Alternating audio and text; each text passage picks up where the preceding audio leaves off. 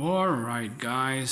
So I've been talking about how much is enough, how many knives are enough. Now I'm gonna go well beyond that, and I'm gonna dare to say something that I haven't seen, haven't heard in the knife community by anyone. But this I heard from many of my Dharma teachers, and that is do not get into knives. And wait a minute, that's Nick Shabazz with watches, right? So here we go. Do not get into knives.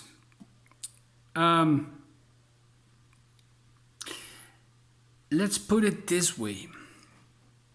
Imagine that you are thirsty, that you're very thirsty. And the only possibility for you to drink is salt water, water from the ocean. What is going to happen? You're just going to get more thirsty. And it's a little bit like that. Once you get into knives, and you start going through the different stages, it tends to suck you in if you're not careful. And we may go from budget knives, even cheaper knives. This is a budget of fantastic quality. But you see, we start recognizing quality. And, well, as humans, we love quality. We love to recognize good things, things that work, things that feel good, and things that work well. And so, we start getting into those things.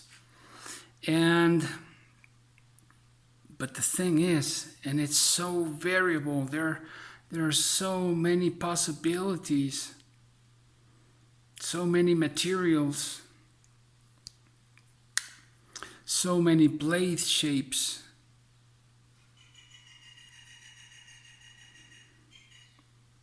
That we just want to keep on going. We start learning about patinas, about jigged bone or jigged titanium. We learn about traditionals, and we learn about modern traditionals, right?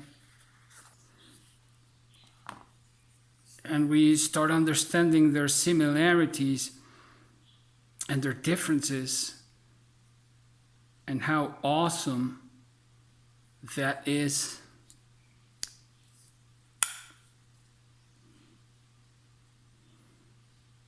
And so we will never be the same. Once we go down that rabbit hole, it's gonna be very difficult. You gotta really be conscious of where you're standing, of how much you're spending, of so many things. Otherwise, it's just gonna suck you in and make you mindless consumer.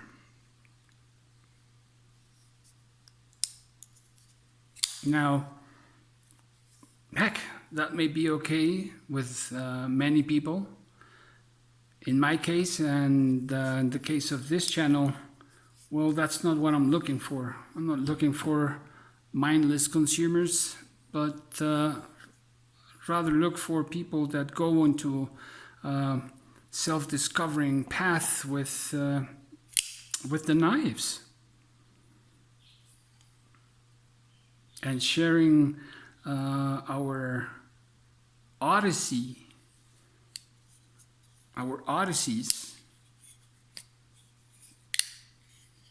And so how much is enough? Well, you can choose any of the pieces that you see here, and that would be enough.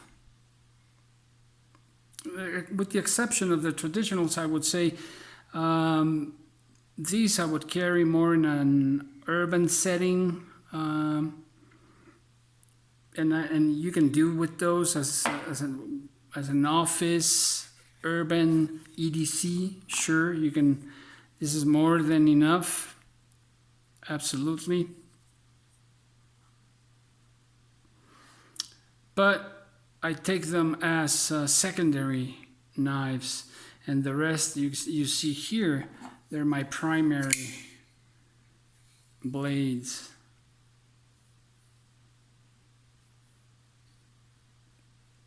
But anyone you choose. I don't care if you're a Spyderco boy, fanboy. I don't care if you're a Benchmade fanboy. All of them are fantastic.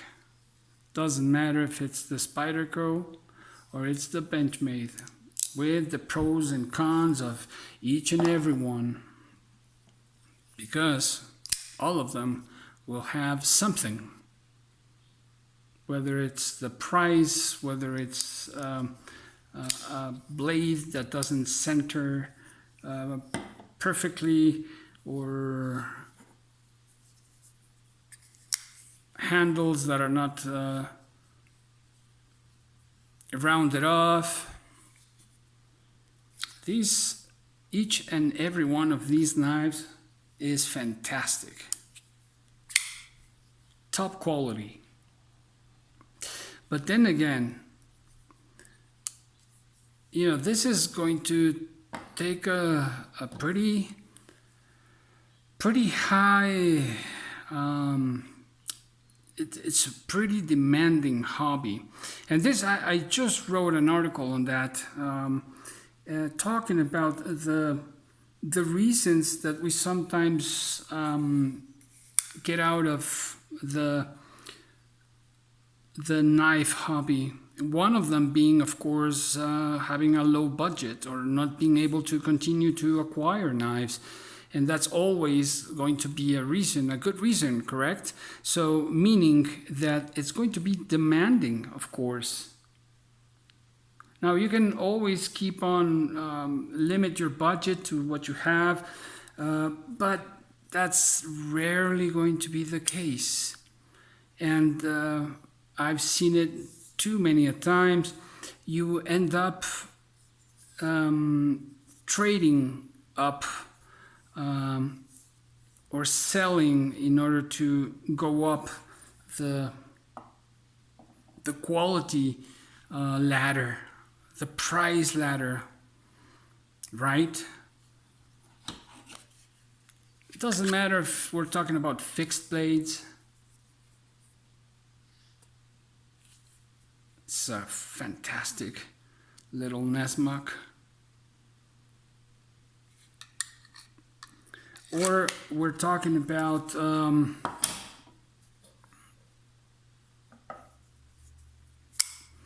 budget, great, high quality, strange but awesome performance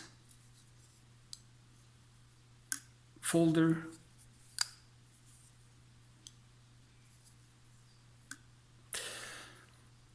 Not only that, but here you can only you see only the knives, right? But what does it take to give maintenance? I mean, yeah, sure, we can always talk about water and soap and a soft sponge and some mineral oil, which is find a cheap mineral oil, right? And that's it. Torque screws, that's another thing. But then again, it's not the same to have a a Pinto. You remember those cars? It's not the same to have a Pinto than to have a Ferrari. right? Or a Benz, right? Or I don't know, BMW. You're not going to use the same materials, right? Than on a Pinto. So that's going to take another chunk of money, right? And then we have awesome steels like the S110V that will not sharpen that easily with normal sharpening stones. You're not going to be able, or it's going to take a whole lot of time to sharpen this with an Arkansas stone. Doesn't matter if it's a good Arkansas stone. You're gonna need a better sharpening stone, wet stone, a Japanese stone, or even a diamond plate. Now, not only that, but it's also time consuming. How many videos of knives do you watch a day?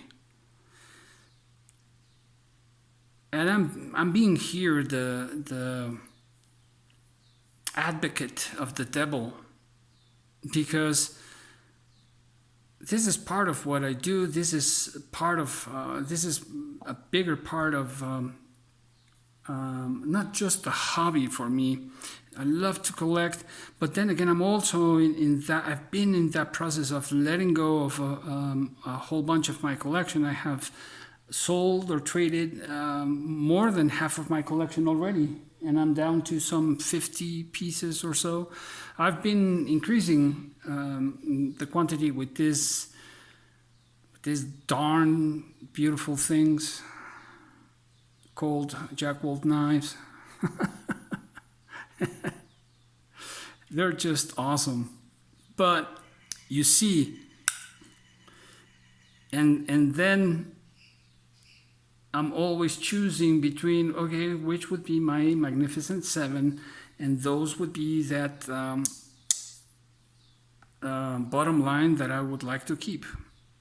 And my magic number is 13, you know, one for each month and an extra, just in case, whether we talk about traditionals, whether we talk about modern knives. So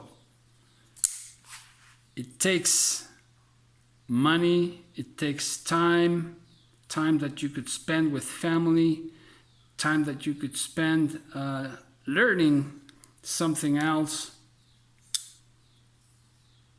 Do not get into knives. If you only care for a knife as something as a utilitarian tool, then by all means choose a good one. Choose a one and done, and have a backup for that. But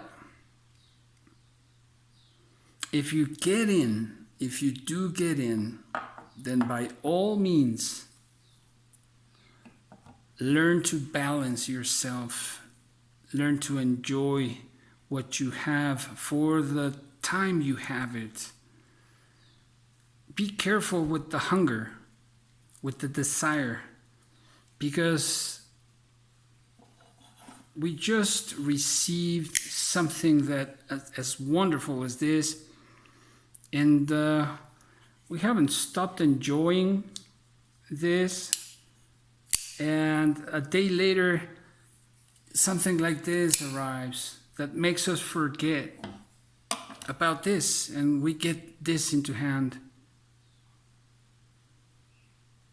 and we go on and on and on, and it's a bottomless well. So be careful on becoming a bottomless well. Learn to be satisfied with what you have. Learn to enjoy it, and to spend time with what you have. To learn about it, learn the better way to handle it, to use it. So if you're a more conscious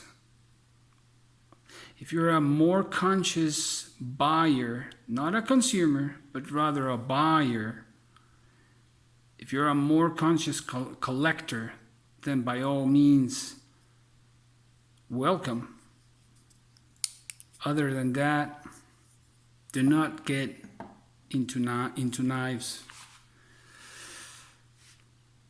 Hope you enjoyed it. Professor EDC out.